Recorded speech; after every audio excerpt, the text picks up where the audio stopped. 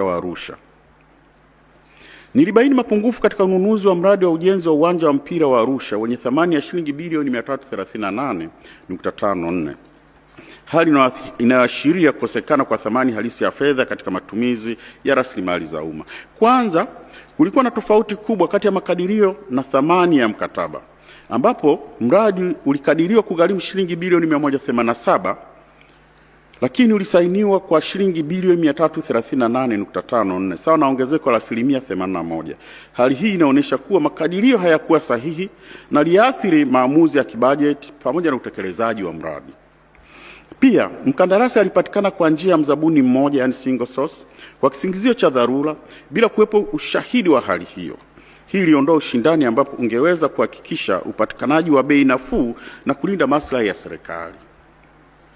Tatu, majadiliano ya zabuni yalifanyika kwa udhaifu ambapo sehemu kubwa ya vipengele vilivyojadiliwa havikuwa vimeidhinishwa na wigo wa kazi havikuwa vimeidhinishwa kwenye mpango wa majadiliano, na wigo wa kazi ulipunguzwa bila kupunguza gharama ipasavyo. Aidha, gharama zisizo halali ikiwemo shilingi bilioni 3.27 za gharama za zabuni zilijumuishwa katika mkataba na kubebeshwa na kubebwa na serikali.